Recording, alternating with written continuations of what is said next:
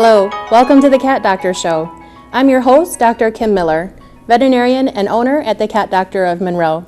And this is my assistant, Abel. This is the first episode of the Cat Doctor Show. In this monthly half-hour program, I will share useful information about cats, their health and behavior, and their impact on our lives. The goal of this program is to help you better understand and care for your cat. Today we'll be discussing something called the human-animal bond. Of course, since this is a show dedicated to cats, we'll be focusing on them. However, all of the concepts discussed could just as equally apply to dogs, rabbits, fish, birds, horses, you name it. First, we'll discuss what the human-animal bond is, and we'll review a few examples.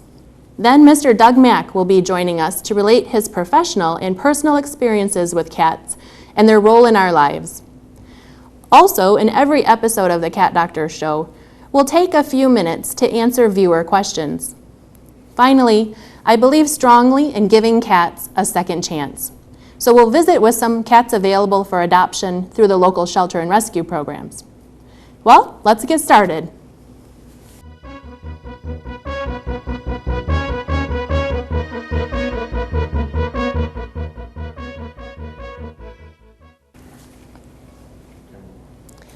As I was gathering information to prepare for this first episode, I came across so many beautiful stories and images of the roles animals have in our lives.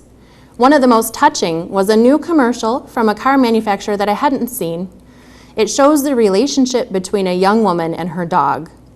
The commercial started in the present with a young woman kissing her old dog and proceeded back in time through life's major events and her dog Maddie's presence at each event. It ended with her picking out a puppy and naming her Maddie, and then another flash to the present of her kissing her aging dog. We're left to wonder if it was time to say goodbye. But one thing we don't wonder about is the deep, deep love of this human and pet. For those of us who are lucky enough to share our lives with a pet, we know how special that bond is.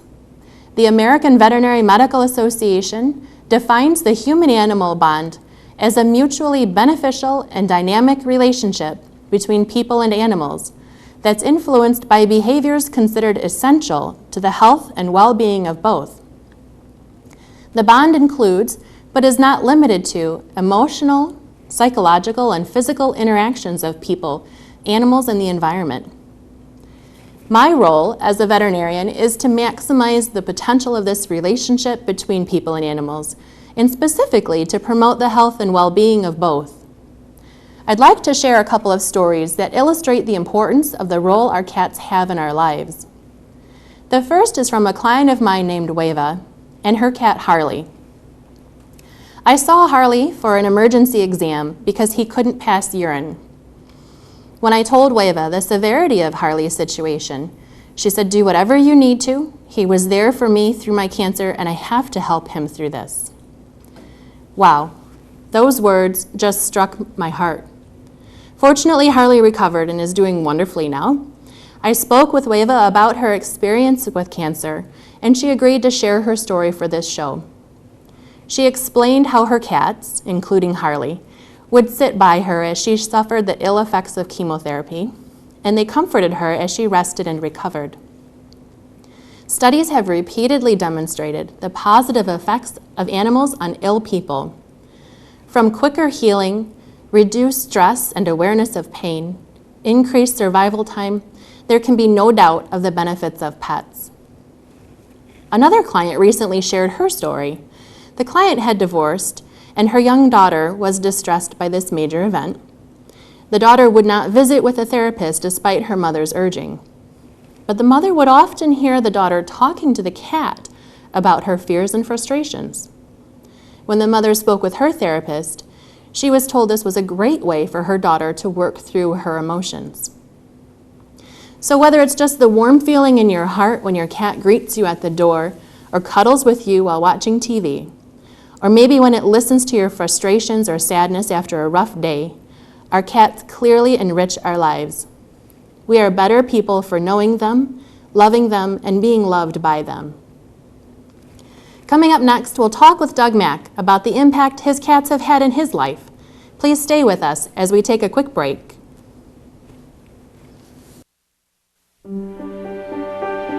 25,000 mornings, give or take, is all we humans get. We spend them on treadmills, we spend them in traffic, and if we get lucky, really lucky, it dawns on us to go spend them in a world where a simple sunrise can still be magic. 25,000 mornings. Make sure some of them are pure Michigan. Your trip begins at michigan.org.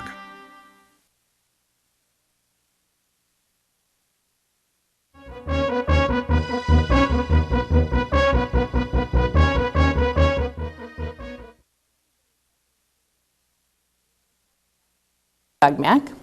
Doug is a client, the owner of several cats, and works in the field of counseling.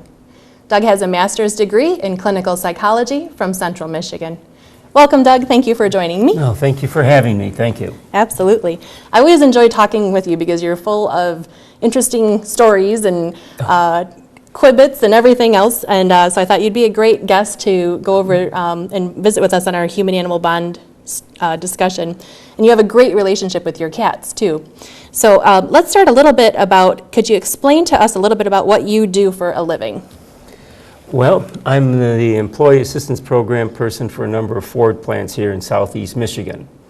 Basically, my role is to do evaluations and assessments and make referrals for people that might be having problems that work at Ford Motor Company or other contracts that our company has.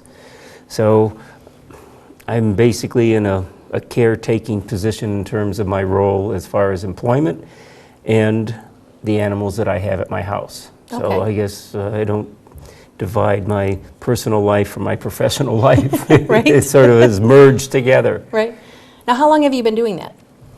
As far as my job, I've been on the job for 26 years. I've been with the same company. Wow. Okay. And I just love what I do. Good. Yeah. Now, I know that you had talked about there are times when people are having a hard time dealing with situations in life, whatever it may be. Is there ever a time when you have suggested to somebody to get a cat to help them out through these times? Oh, that I have a number of times. Just from my own personal experience, and I find that pets are probably better than Prozac. Okay? You don't have to swallow them, you just enjoy them. And I've had people that have lost their spouse, and I suggest to them maybe an animal might be good, because they don't have a hobby, they don't have an interest. I said, have something that gives you some hope and purpose. And certainly having an animal, whether it's a fish, a gerbil, a dog, a cat, something that you can kind of take care of, because I think we all have the basic instinct of taking care of something. And an animal, it's unconditional in terms of their love that they give you. Right. I've seen my animals have seen me when I get out of the shower or am I in a tuxedo. They accept me for no matter what I am. I get up in the morning, they're absolutely wonderful. And I know you mentioned earlier in terms of when you come home, you have these little happy faces looking at you. And I have a number of cats, and they go in and they come out. When they come out, when I pull in the driveway, and you have that number of happy faces looking at you, it's like, not only is it good to be home, but it's good to be home. Exactly. So they're real rewarding, real gratifying, real satisfying. And you mentioned earlier about the bonding. But I'd also like to tell a personal story about. Okay, absolutely. About 5.5 years ago, the girlfriend passed away. And so she asked me, she says, what are you going to do when I pass away? I said, well, I'm going to adopt 2 kittens from the Humane Society, and that will keep me busy. Okay? And we had 3 cats at the time. I said, well, 5, that would be a handful. And she just smiled and thought that was wonderful. After she passed, I went to the Humane Society, adopted 2 kittens, and I still have them with me, Froggy and Mr. Lucky. Hey, you guys watching the program? Your name's Probably. Probably. And they've just kind of come along. Adopted those 2, most except those 2. All the others have been abandoned or strays that people just drop off, and I pick them up, take them over to Dr. Miller. I said, fix them, even if they're not broken, fix them, get them their shots, and they live with me. They all know their names. They come when I call them. I get them in the house. But one of the things that I want to mention is when she was ill, the 3 cats that we had at the time, she would be in bed, and those 3 cats would just curl up around her as if they knew that things weren't long for her. And I've read in the books that animals can pick that sense up. Right. And they would just cuddle up right next to her, almost as if to take that pain or take that disease away from them. And they really are pretty perceptive. I've even read some articles where animals can smell if you're ill. And, you know, doctor, I can't find anything. Well, check the animal sniffer. They'll tell you something's wrong, Right. and then where to look. Right. Yeah. So, you know, they don't have any of these clouded things like traffic to interfere with their ability to think. All they know is, you know, stay alive and stay healthy. So they've been, you know, quite a learning experience. And you basically learn from them. I said, you know, you don't try to get them do this. You learn what they do, and then you kind of work with them and say, well, who's training who here? Right. Well, I call it the Mutual Admiration Society. You're right. And you just have to kind of like listen to them. They're like children. If you don't listen to children, you're never going to be able to have effective parenting. You got to listen to them, see what they need, and then take care of it. If you just think, well, they don't need this, well, you know what? You might be gravely mistaken. Right. So, Have you always been a cat person?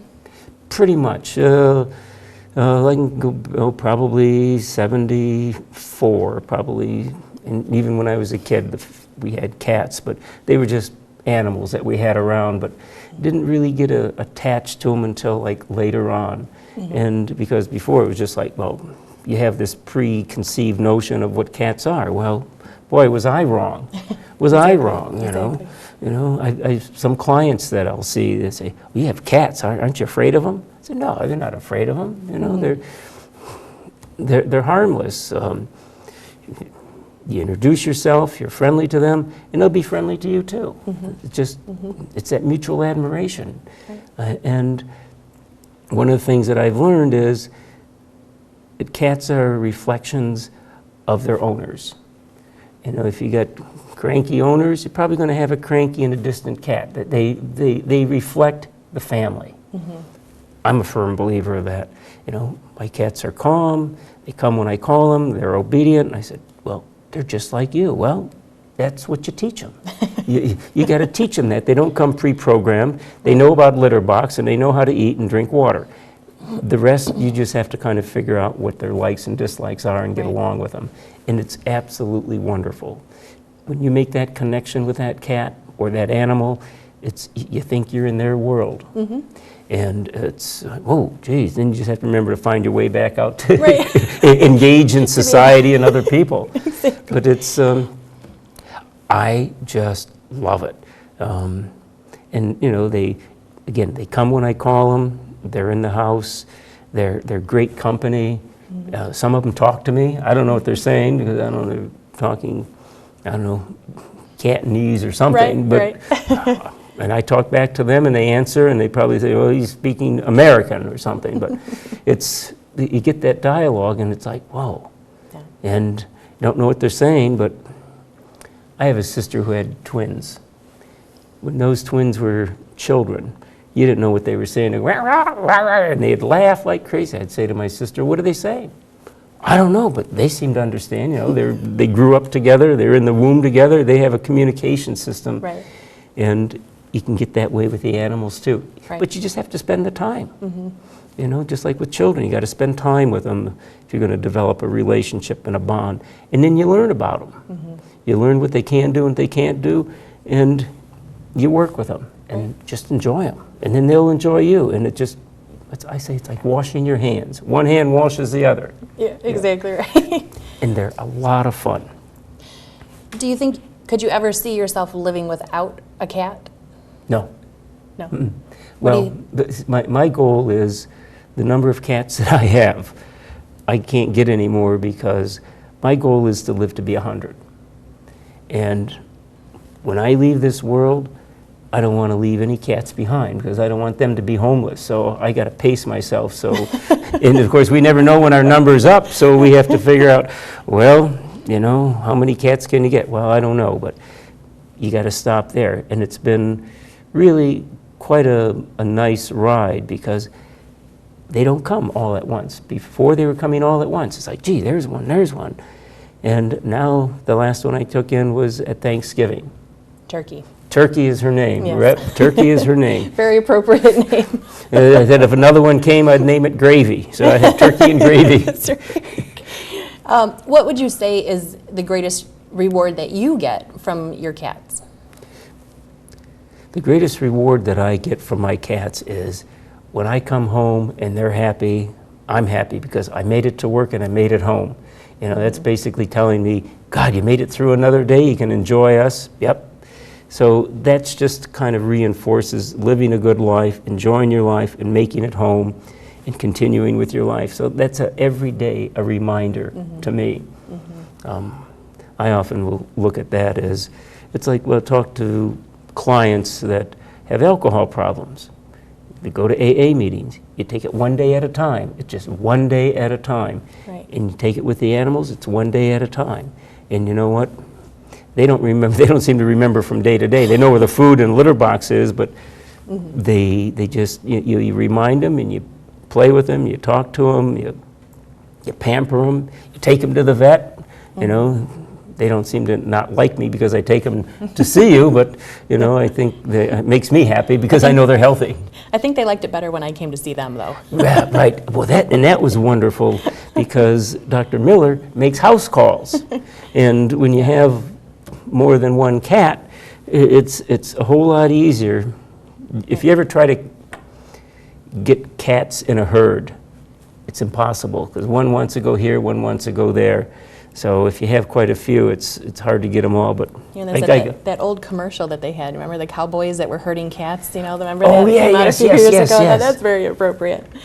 Yeah. You know, one of the things that I find rewarding about them too is they just love the attention. So you may be, you know, dumping all of your emotions onto them, but they're just happy that you're interacting with them a lot of times. And they're pretty quick to forgive you Oh, know, yeah. for your transgressions. Oh, there have been times that, you know, if somebody got sick and it's just like, oh, another mess to clean up. And of course they scatter. It's like they hear the elevation of the voice and it's like, oh God, Dad must be having a difficult time. And within 10 minutes, they're back to the scene Okay. and forgiving that they are. Right. Yeah, they do. They don't seem to hold a grudge usually. Right. And then I don't either because it's like, you know, what's the purpose? Right. You can't do anything about it anyway. Right. Can you relate your story about Turkey and her being brought into your home? Oh, I refer all my cats, I call it's a cat tail tale. And this was the Sunday before Thanksgiving. Open up the door, there's a little kitten out there, and 3 minutes.